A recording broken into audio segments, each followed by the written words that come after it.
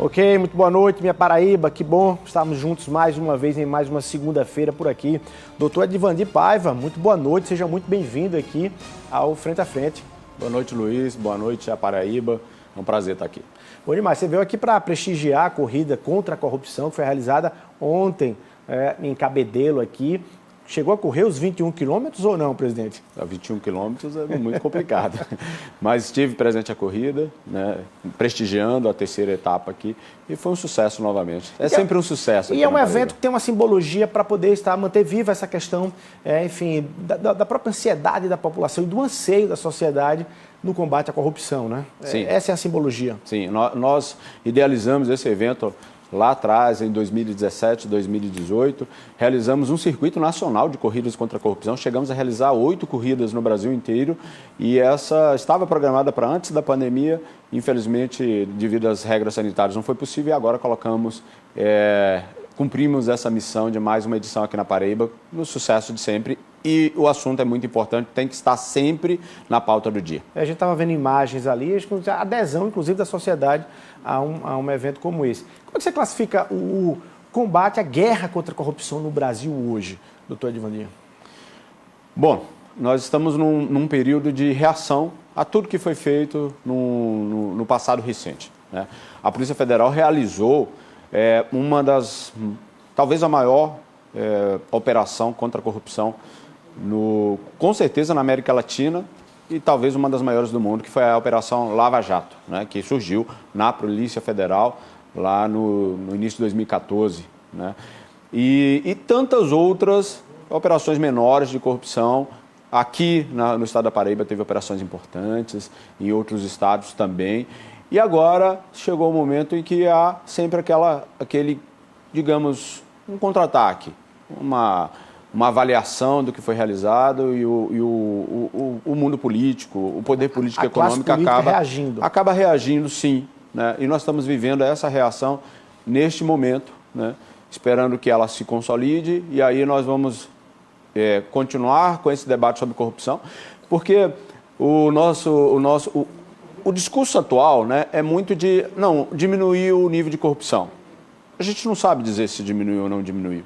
Né? Nós precisamos continuar tendo instituições fortes. São as instituições fortes que irão combater efetivamente a corrupção.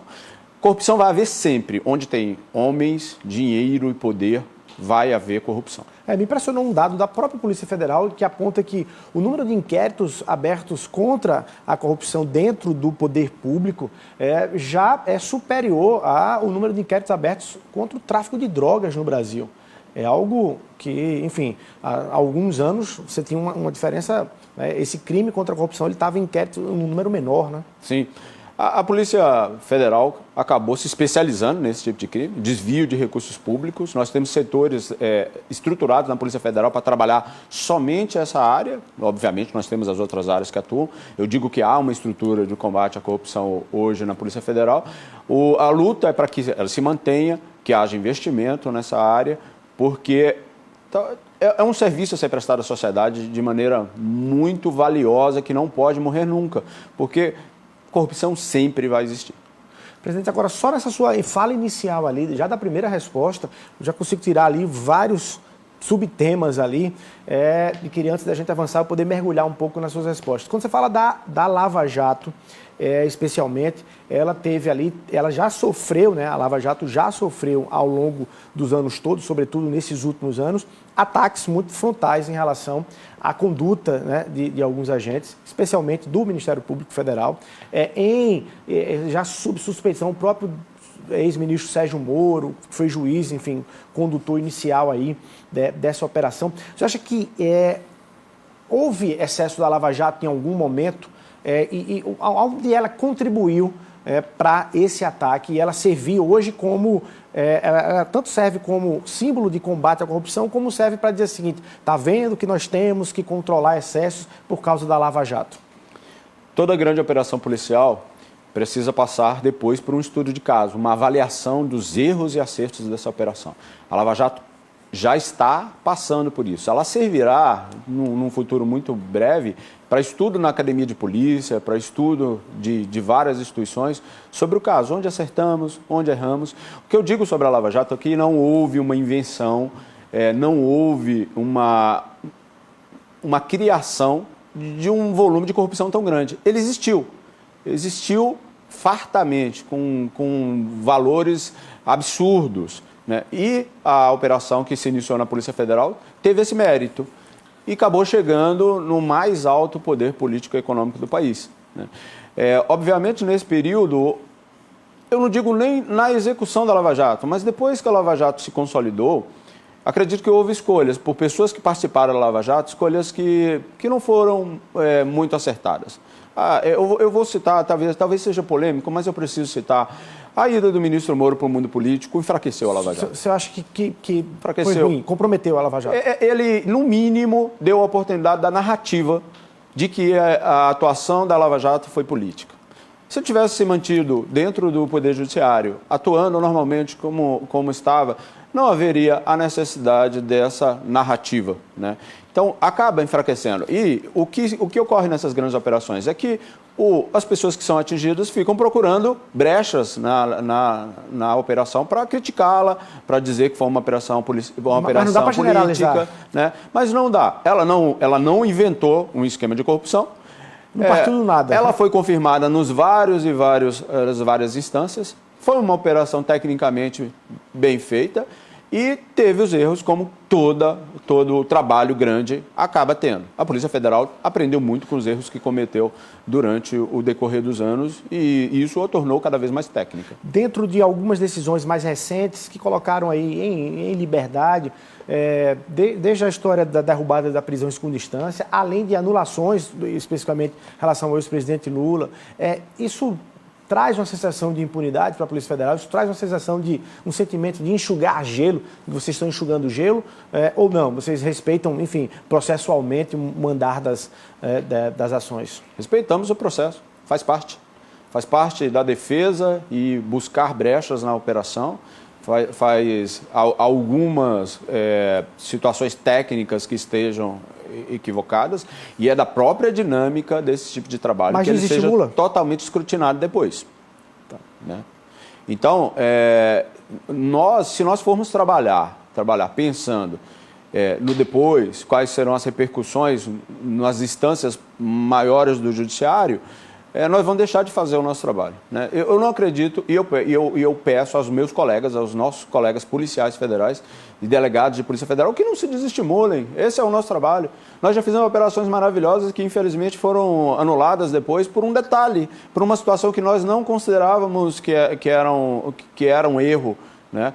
Mas é do próprio jogo, da própria dinâmica, e por isso que a gente pede há muito tempo que a legislação seja aperfeiçoada, que a instituição seja protegida, que essas situações que envolvem investigação criminal estejam muito exatas, muito limitadas, para que não se abra uma interpretação muito ampla e depois, no futuro, um trabalho bem feito seja estigmatizado como um abuso, um trabalho que não foi muito bem conduzido. Tá. Presidente, você falou aí no início da nossa conversa também sobre a tentativa de reação nesse contra-ataque por parte especialmente da classe política diante ali de um avanço da atuação, não só da Polícia Federal, também de outros órgãos de controle aqui no Brasil. A lei do abuso de autoridade é uma delas, é uma discussão sobre isso, mas você tem também outros movimentos em relação a isso, desde a questão da própria autonomia da Polícia Federal, há o projeto agora que prevê a quarentena, né, para que policiais federais também não possam, enfim, disputar eleições e terem representatividades aí nos outros poderes. Qual é o balanço aí? Vocês estão, diante dessa guerra, vocês estão sentindo na pele esse contraponto? Estamos. E para onde é que isso vai levar? Estamos num momento realmente de reação, né? As legislações que foram aprovadas no Congresso Nacional de 2018 para cá são legislações que limitam a investigação. Nós entendemos que alguns pontos podem ser corrigidos e a lei de abuso de autoridade é algo necessário no Estado Democrático de Direito. Entretanto, a lei foi aprovada de uma maneira assodada, muito rápida, e com algumas definições de crime muito abertas, uma interpretação muito elástica, em que hoje eu estou atuando como delegado de Polícia Federal, posso fazer uma investigação em que eu estou achando que está tudo ok, que eu estou fazendo tudo tecnicamente correto, e lá na frente alguém interpretar que eu cometi um crime. E aí eu vou ter que me defender às minhas custas, com valores importantes para um servidor público que vive do salário que o funcionalismo paga, com risco de, sob pena de uma condenação, de perder o meu cargo e de perder a minha liberdade e ainda ter prejuízo patrimonial por conta das ações patrimoniais que os prejudicados podem tentar. Ele possa até não ser condenado, mas imagine qual é a aflição de um período como esse. Então, ela acaba intimidando as autoridades. Isso já tem acontecido na prática? A gente acompanhou um pouco da aprovação do vigor, né, quando entrou em vigor a lei de abuso, mas achou que talvez na prática acabou ela não sendo usada, não está sendo usada na prática. Ela está sendo usada na prática? Tem casos que já demonstram que há assim, uma ameaça à atuação da Polícia Federal, por exemplo? Nós temos, pelo menos agora, recentemente, 2 exemplos do que a gente tinha medo, desse tipo de intimidação. Nós temos o exemplo de um colega que indiciou um senador da República e o senador disse que ele tinha cometido abuso de autoridade porque ele não poderia indiciar, e o STF já decidiu várias vezes que a polícia, o delegado de polícia, tenha a prerrogativa de indiciar quando for necessário, mas agora, recentemente, a PGR, a Procuradoria-Geral da República, disse que iria instaurar uma investigação por abuso de autoridade contra o colega. Isso é muito preocupante. Em outro caso? Isso é um dos casos. No outro caso, também, recentemente, um colega que estava fazendo a apuração da possível intervenção na Polícia Federal foi afastado, né, de uma investigação, e a PGR disse que iria também apurar um crime de abuso de autoridade. Nós entendemos que isso é a interpretação do colega. A linha investigativa que o colega estava utilizando é a linha que ele fundamentou e que ele achava mais adequada. Se alguém não concordou, faz parte do jogo democrático. O judiciário acaba limitando e dizendo, olha, o caminho é esse, é isso aqui que você vai investigar. Até aí tudo certo. Transformar isso em crime é uma intimidação. Tá, existem os poderes exatamente para esses freios e contrapesos diante de alguma eventualidade de excesso ou erro, Sim. mesmo de equívoco. Você acha que aí a punição... Então, há, sim, já hoje em atividade, uma certa intimidação por parte da ação policial. Hoje, membros da Polícia Federal já olham, enfim, uma investigação e dizendo, é melhor não... Sim, os chamados crimes de hermenêutica, que é criminalizar a interpretação jurídica.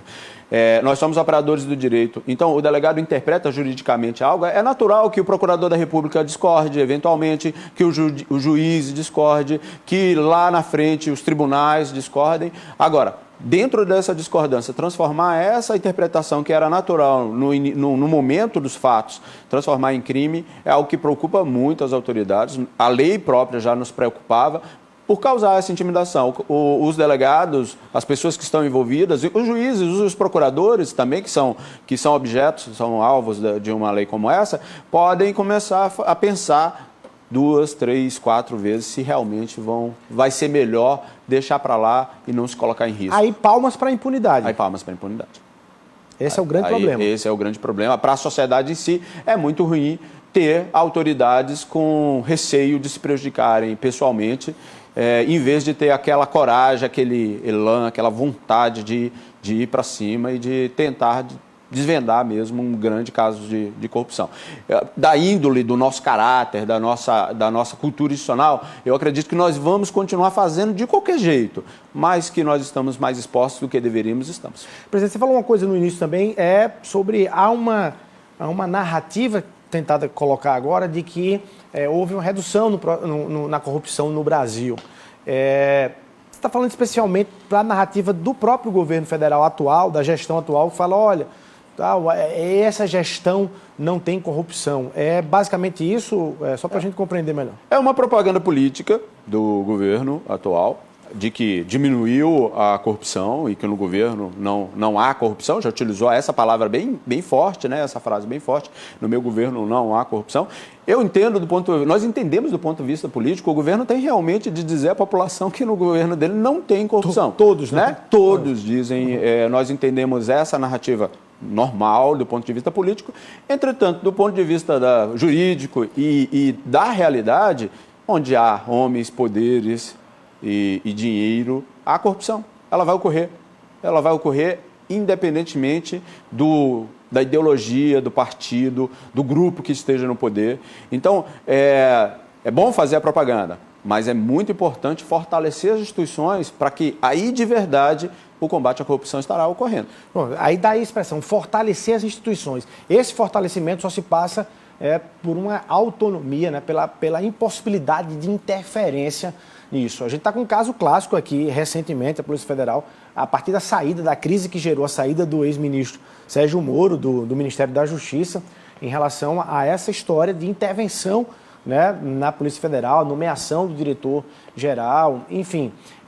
Como é que vocês acompanharam isso, mas objetivamente, para o nosso telespectador que está acompanhando, que diz isso muito, né? Diz isso muito.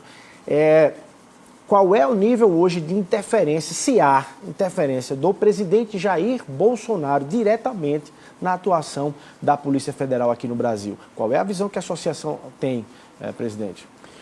Bom, a gente já fala isso há 12 anos, desde que nós iniciamos a luta pela autonomia da Polícia Federal por meio da PEC 412 lá no Congresso Nacional. E mais recentemente pela luta pelo mandato do nosso diretor-geral. Então a gente sempre diz, ninguém vai intervir na Polícia Federal com uma plaquinha dizendo eu estou intervindo na Polícia Federal, eu estou fazendo alteração porque eu quero isso e aquilo. Ninguém faz isso. Tá? Mas a nossa legislação permite essa intervenção, possibilidades de intervenção. Nós sempre dissemos isso de todos os governos. Pela lei, é prerrogativa do presidente fazer a nomeação do diretor-geral e tirar na hora que quiser. É isso. O governo federal, o governo atual, ele se relaciona com as instituições de uma maneira diferente dos outros governos. Ele entende, na cultura pessoal dele, até por ter sido um militar, ele entende que todos os órgãos que estão abaixo da presidência da República estão sob o comando dele. Estão sob a possibilidade de ele alterar e fazer o que ele entender que deve fazer. É da cultura dele. Só que nós já fizemos até uma carta aberta, nós falamos isso tranquilamente, porque já fizemos até uma carta aberta ao presidente da República dizendo que não é assim que se relaciona com a instituição de Estado. O presidente deve nomear o diretor-geral e se afastar da instituição de Estado, deixá-la trabalhar.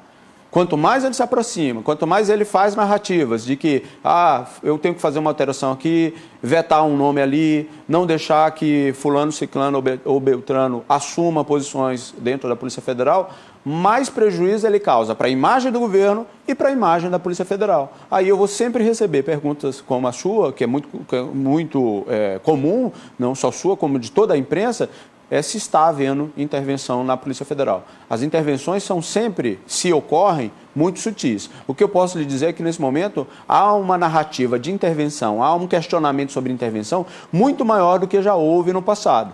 E isso nos prejudica a nossa imagem, nos preocupa bastante. Nós gostaríamos de estar como uma polícia técnica e respeitada, muito mais protegidos do que estamos. Eu quero crer que gera uma divergência dentro da própria Polícia Federal, de quem, enfim, vê como interferência e de quem acha que não há. No caso específico do presidente Jair Bolsonaro, diminui e compromete o fato de investigações em relação aos filhos do presidente Jair Bolsonaro? Tem um movimento em relação a isso? A associação consegue antever a dificuldade dos colegas em trabalhar em quaisquer das áreas em função dessas eventuais interferências? Eu não tenho dados sobre investigações que envolvem os filhos do presidente dentro da Polícia Federal. Nós temos, de cabeça aqui, lembrando, uma investigação que apura a própria intervenção na Polícia Federal que foi denunciada, que foi narrada pelo ministro da Justiça, então o ministro da Justiça, Moro. A troca que gerou ali foi o ápice daquela E o que a Polícia Federal apura agora é se houve uma intervenção criminosa. Porque a intervenção administrativa, o presidente da República pode mudar o diretor-geral da Polícia Federal a qualquer momento. Na minha gestão, que são 4 anos na DPF, já são 5 diretores gerais. Só nesse governo são 3. Nenhum deles passou mais de 2 anos no cargo. Por 5 diretores gerais. 5 diretores gerais. E atualmente, nenhum nesse governo atual passou mais de 1 ano e 9 meses. O que ficou mais de 1 ano e 9 meses, 1 ano e 6 meses, eu acho, que foi o doutor Valeixo. E mesmo assim, isso ficou um período de fritura muito grande, né, pelo governo que dizia que ia trocar, Então, essa instabilidade na Polícia Federal já é um prejuízo imenso. Cada vez que você troca, nós temos vários e vários problemas nos estados, sabe? Pela própria dinâmica de troca, porque aí muda superintendente, muda equipe, muda todo mundo, sabe? Então, essa possibilidade de intervenção administrativa, um colega que seja superintendente aqui na Paraíba, só para dar o exemplo da Paraíba, ele vai ter que ser aprovado pela Casa Civil do governo. O diretor-geral não tem autonomia para, por si só, eu quero fulano na superintendência da Paraíba. Se não for aprovada pelo governo, não é... E como é que vocês pretendem mudar esse quadro? Quer dizer, na verdade, esse quadro se muda do ponto de vista de natureza legislativa. Para isso, é importante que vocês tenham, dentro do Congresso Nacional, representantes, sejam aqueles que defendem a causa ou sejam aqueles que saem da própria corporação. Mas aí vem uma lei da quarentena, uma proposta de que juízes, membros do Ministério Público, policiais, Forças Armadas, policiais federais, entre outros, só podem disputar uma eleição se eles deixarem o cargo 4 anos antes do processo eleitoral. Como é que vocês estão vendo essa lei da quarentena? Isso aí é uma forma de excluí-los completamente, além de reagir com leis que dificultam o trabalho, de excluí-los da participação direta aí nesse aprimoramento da legislação brasileira? Luiz, se nós tivéssemos autonomia administrativa, financeira e orçamentária da Polícia Federal, se a Polícia Federal tivesse mandato para o diretor-geral, nós estivéssemos mais protegidos, eu até entenderia a lei de quarentena, porque aí nós estaríamos protegidos e iríamos todos ficar dentro da Polícia Federal fazendo nosso trabalho. Nós não necessitaríamos, como é o Ministério Público e o Judiciário. Hoje, um juiz, é o caso do Dr. Moro, para assumir um cargo político, ele precisa se afastar da carreira, né?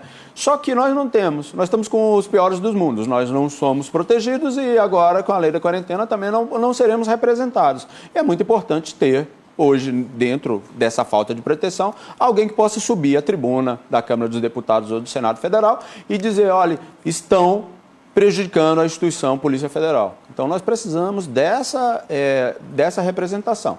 Não querem nos dar essa representação, querem cortar essa representação? Aprovem a PEC 412, aprovem o mandato do diretor-geral da Polícia Federal. Vocês, com essa luta específica em relação à quarentena e essa dificuldade toda de poder avançar com os projetos, tem como fazer algo, enfim, fora do debate lá no Congresso Nacional? É isso que a gente vem fazendo com a corrida contra a corrupção, né? Levando por meio lúdico, por meio de participação no esporte, para a cabeça do cidadão comum, cidadão que foi ontem lá em Cabedelo correr, a ideia de que eu estou aqui por quê? Eu estou aqui para lutar por uma causa que é as autonomias da Polícia Federal, né? E a gente vai introduzindo isso na cabeça do cidadão comum e aí, quem sabe, ele possa pressionar e eleger pessoas que estejam defendendo essa bandeira e depois pressionar para que seja aprovado. No debate comum é muito difícil, porque a gente não enxerga no poder político hoje um interesse de fortalecer a instituição Polícia Federal. Bom, aí você falou em autonomia administrativa, autonomia financeira, que é também uma luta antiga. Quais são os modelos dos países que funcionam dessa forma e a gente percebe que tem aí um resultado muito melhor? O FBI é um bom modelo, né? Eles têm mandato para o diretor-geral, eles têm um orçamento muito mais flexível, né? Na Inglaterra, né, nós temos a Polícia Federal deles com bastante forte, né? É um modelo bastante forte da polícia, né? Então, eu pergunto sempre, qual é o problema da Polícia Federal poder mandar o seu orçamento direto para o Congresso Nacional sem passar pelos cortes do governo, que muitas vezes são cortes que visam algum tipo de enfraquecimento da atuação da polícia? Qual é o problema? Se é o Congresso que vai dar a última palavra sobre orçamento.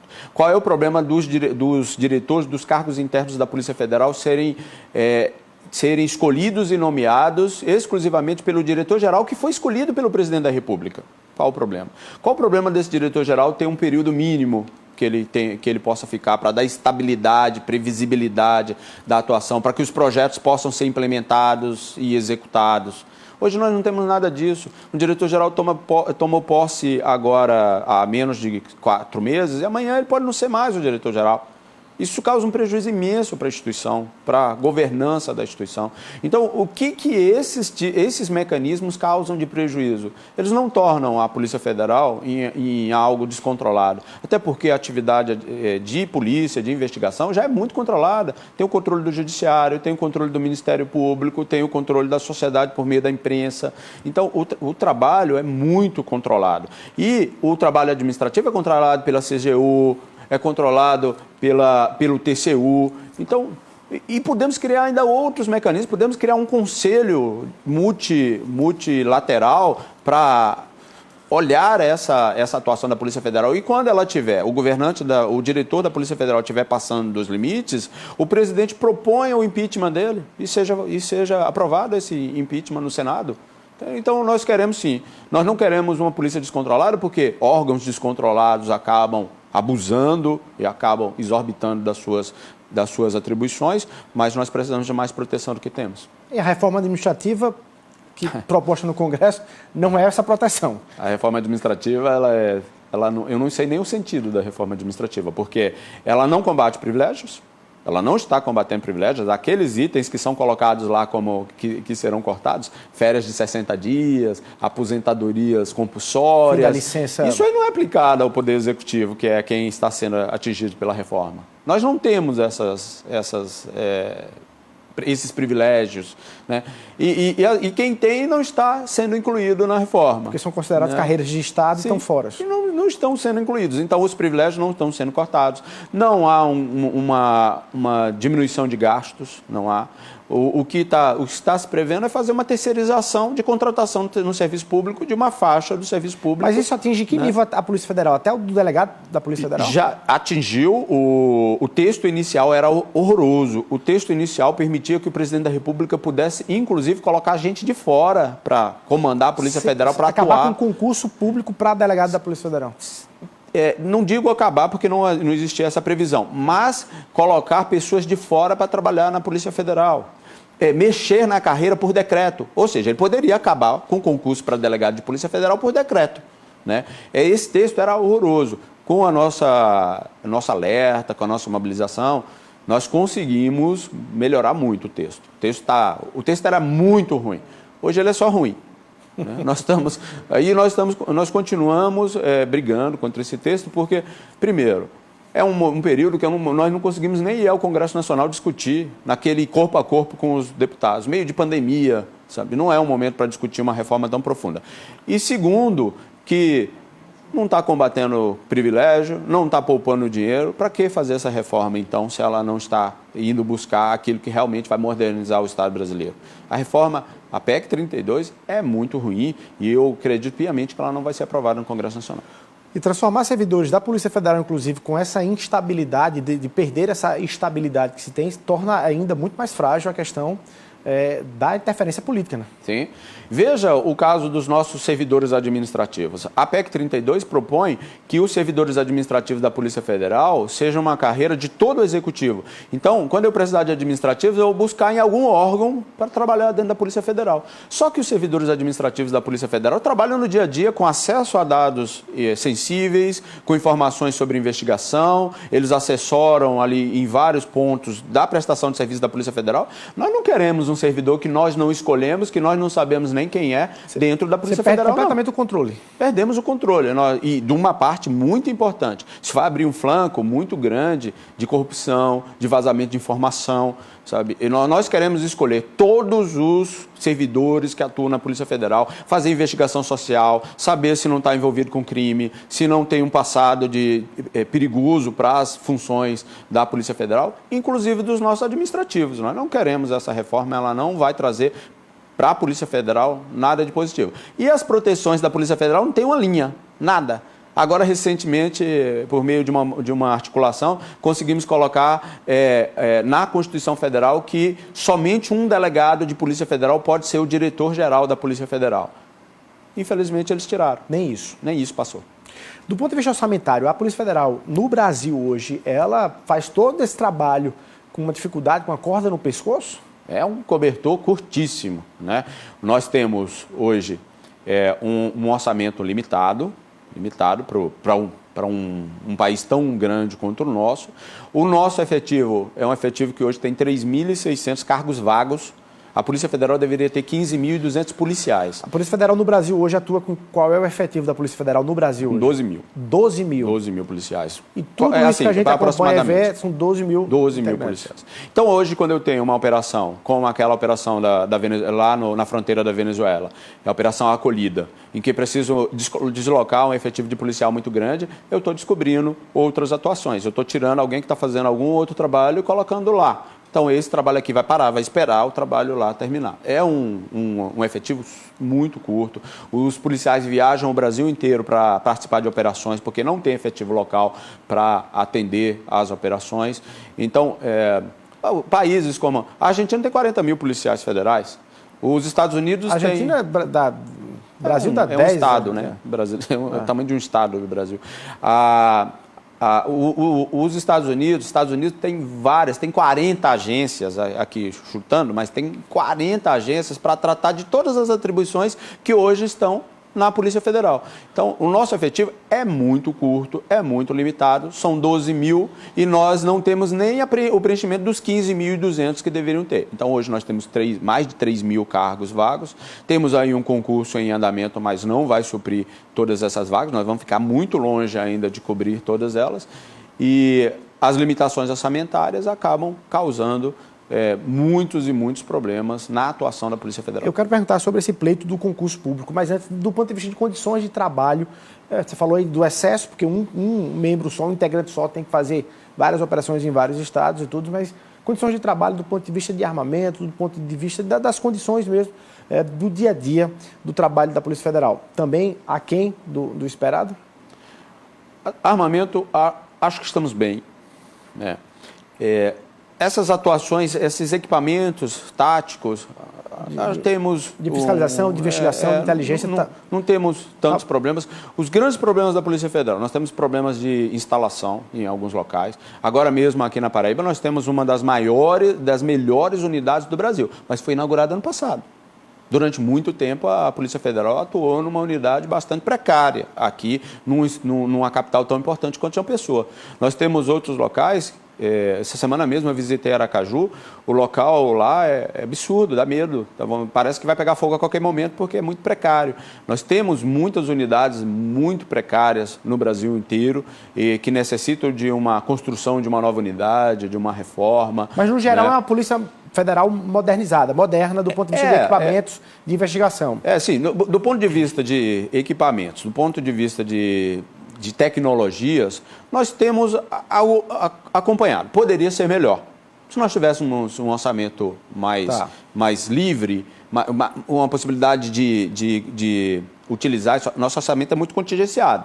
Quando chega agosto, na maioria dos anos, a gente tem que ir lá no Congresso Nacional pedir mais dinheiro, porque não temos dinheiro para fazer passaporte. Mas por que isso? Existe um interesse por trás disso ou é só, enfim, uma má gestão do orçamento no Brasil? Ou existe um interesse específico em relação a isso, a não permitir que a Polícia Federal fique tão forte? Como lhe digo, ninguém faz o errado dizendo que está fazendo, né? Então, o orçamento, o que importa é que o orçamento é limitado e ele tem e o governo tem sempre condições de limitar mais ainda. E se ele tira de uma área, se direciona a Polícia Federal, por exemplo, nós vamos fazer só tráfico de drogas, é óbvio que o combate à corrupção vai diminuir.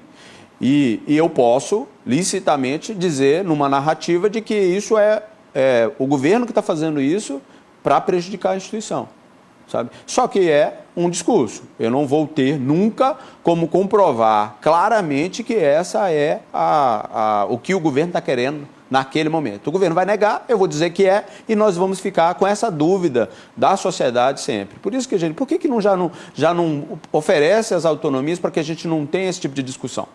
Se eu não conseguir atuar dentro da minha autonomia financeira, a incompetência é minha, Polícia Federal, e não do governo.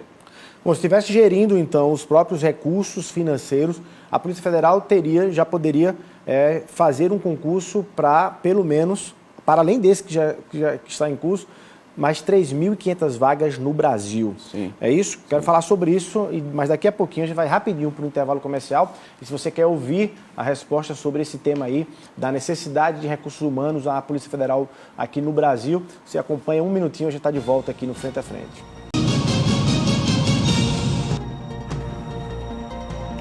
Ok, estamos de volta aqui com Frente a Frente, conversando hoje com o doutor Edvandir Paiva, ele que é delegado da Polícia Federal, é presidente da Associação Nacional dos Delegados da Polícia Federal. Deu uma passada aqui pela Paraíba e está aqui conosco falando tudo sobre os desafios a serem superados pela Polícia Federal aqui no país.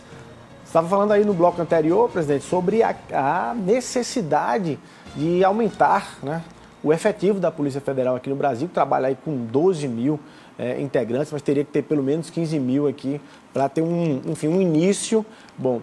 O que geraria ali uma 3.500 vagas. Você tem esse pedido junto ao Poder Executivo? Há perspectiva, qual é o retorno que o Poder Executivo já deu em relação à possibilidade de se realizar um grande concurso para a Polícia Federal aqui no Brasil?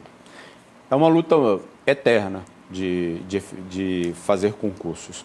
Nós já tivemos época que passamos 10 anos sem fazer um concurso para delegado. Isso causa um prejuízo imenso para a instituição. Nós tivemos, durante esse governo, até que nós estamos tendo concursos, né? Justiça seja feita, o governo tem realizado concursos, mas ainda assim, nós, mesmo com esse concurso que está em andamento, nós vamos ter mais de 2 mil cargos vagos para chegar naquele 15.200. Só que os 15.200 mil policiais que deveriam estar na ativa, não é calculando quanto que a Polícia Federal precisaria de policiais. Eu não sei dizer qual é a necessidade de policiais. Eu sei dizer que há um cargo aprovado de 15.200 policiais e que ele nunca esteve nem perto de ser suprido, né? E o que a gente tentou, por exemplo, colocar na reforma, já que eles estão dizendo que a reforma é para melhorar, por que não colocar uma previsão na Constituição que toda vez que vagar 5% ou 10% dos cargos, a Polícia Federal ter autonomia para fazer o concurso? Por que não fazer isso, deixar isso claro? Porque hoje, para aprovar qualquer concurso junto ao Ministério da Economia, é um parto.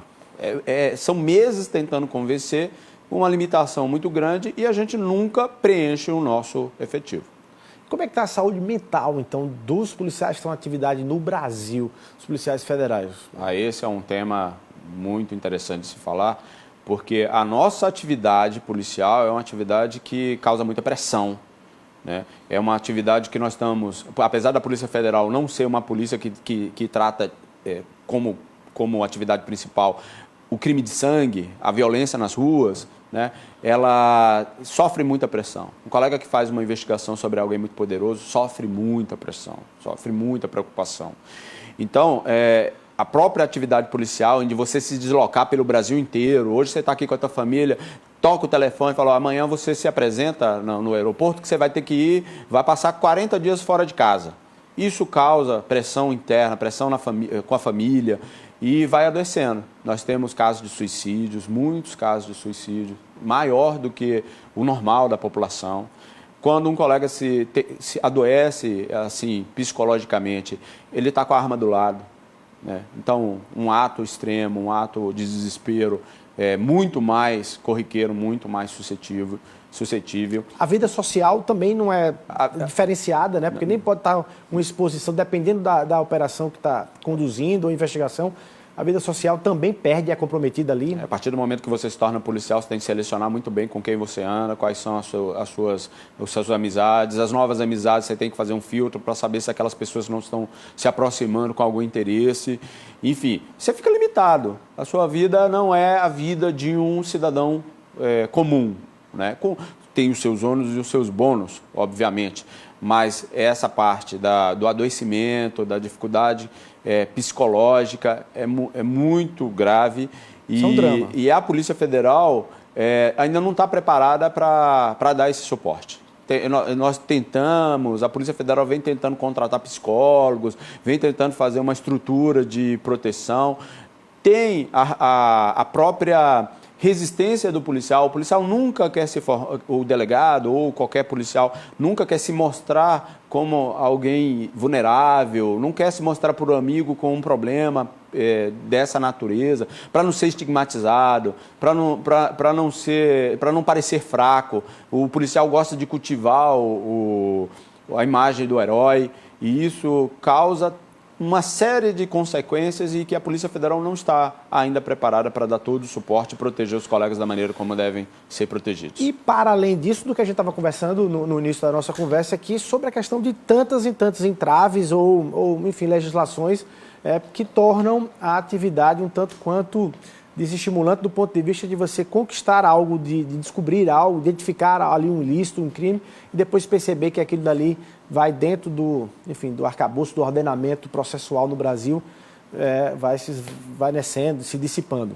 Foi o que você me perguntou, né, Luiz, no início. Há o sentimento de enxugar gelo?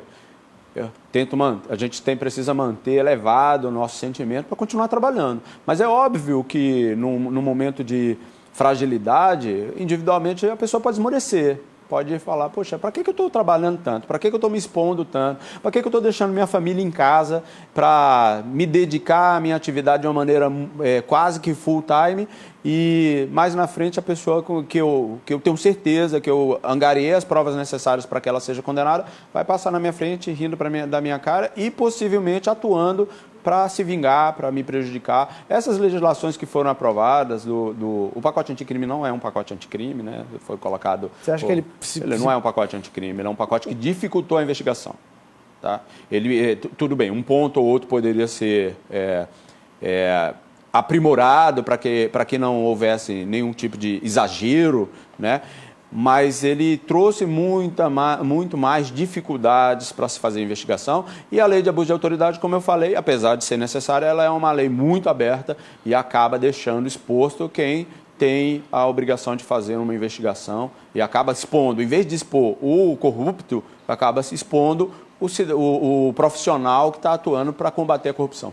O pacote anticrime, ele saiu bem do gabinete do ex-ministro Sérgio Moro e foi, enfim, picotado lá no Congresso ou picotado pelo presidente no retorno aí?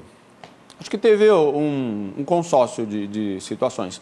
Ele saiu razoável, poderia ter sido mais arrojado, contou, no meu juízo, a falta de habilidade política do ministro, ele não conhecia o mundo político, essas coisas precisam ser negociadas. Sem essa habilidade. Ele fez um pacote, jogou no Congresso Nacional, e o Congresso Nacional, no momento de reação, de alguns acharem que realmente estava se passando do limite, de outros terem desejos inconfessáveis, acabou passando uma lei que traz muitos prejuízos para a investigação. Nós deveríamos estar calibrando a investigação para ela não passar de limites, mas ampliando os mecanismos de investigação. Na verdade, nós tivemos uma legislação que limitou vários e vários mecanismos de investigação. Temos tantas outras em andamento, querem reformar a lei de lavagem de dinheiro, querem reformar a lei de improbidade, querem criar uma lei chamada LGPD criminal, que vai proibir acesso a dados. Né? Então, estão piorando o arcabouço de investigação. Podemos dizer que o Brasil é o país da impunidade, da defesa da impunidade? Eu não gosto de fazer essas afirmações muito genéricas. Temos países aí que têm problemas mais sérios que o nosso.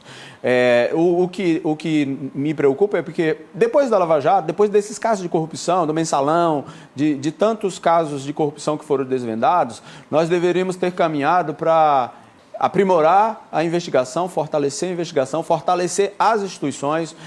Uma vez eu disse num evento da DPF que nós não precisamos de super-heróis, nós não precisamos de ninguém com a capa do super-homem, não precisamos disso, nós precisamos de instituições fortes. Os super-homens não aguentam a reação, não aguentam. Eles vão ter reveses.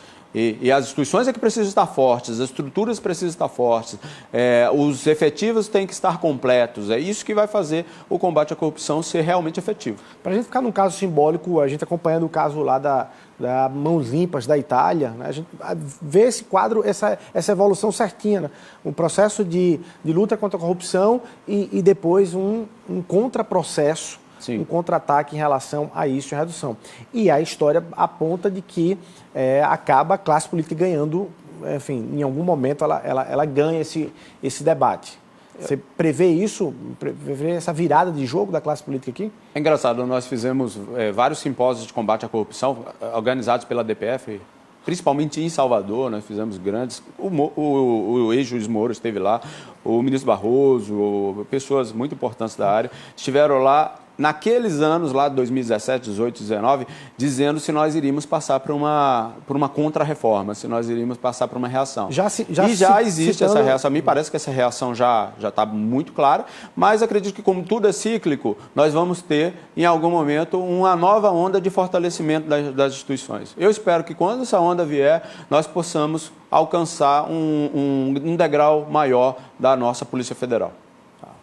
O uso político da Polícia Federal do ponto de vista, o uso político externo, inclusive, enfim, a disputa política no Brasil muito evidente e, para além disso, sempre se a Polícia Federal faz uma operação para um determinado grupo, se fala que tem uma natureza política, depois ela faz contra um grupo adversário e o mesmo tudo. Não dá para fugir disso, né? Não dá não, e quando os grupos começam a dizer, todos os grupos começam a dizer, a Polícia Federal é petista, a Polícia Federal é PSDBista, a Polícia Federal é do Bolsonaro, é sinal que nós estamos no caminho certo. Agora mesmo nós tivemos há um ou 2 anos, num dia, uma operação contra um governador que era da oposição do presidente da República e no dia seguinte uma operação em cima de um aliado muito próximo do presidente. Nesses momentos nós mostramos à sociedade que a Polícia Federal está no caminho certo, fazendo trabalho técnico, não protege nem persegue ninguém, e é por isso que ela está aí na cabeça das principais instituições mais respeitadas da República. Essa atuação de neutralidade político-partidária é um elemento muito forte da nossa cultura institucional. E nós trabalhamos para que continue sendo, mesmo tendo possibilidade de intervenção, mesmo tendo possibilidade de vetar um ou outro nome, mesmo tendo todas essas narrativas, mesmo sem a proteção ainda, a nossa cultura institucional tem que se manter forte nesse sentido, que aí a instituição vai sobrevivendo a esses solavancos. Muito bom. Fazendo uma leitura sobre Paraíba, né? Vendo aí a atuação da Polícia Federal nos estados todos, como é que você classifica a Paraíba dentro da Polícia Federal aqui no Brasil? A Paraíba, a Polícia Federal fez operações muito importantes aqui recentemente de combate à corrupção. A unidade aqui foi construída uma nova unidade, é uma das mais modernas do país.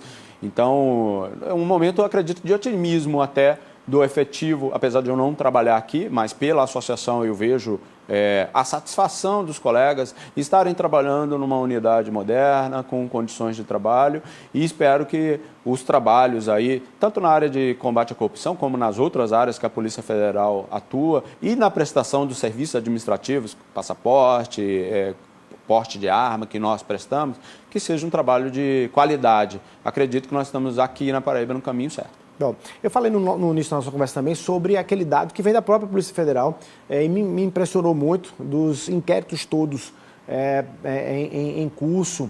16,4% são contra crimes organizados, organizações criminosas dentro do poder público e 16,3%, quer dizer, mesmo empatado ali, mas em menor, de tráfico de drogas.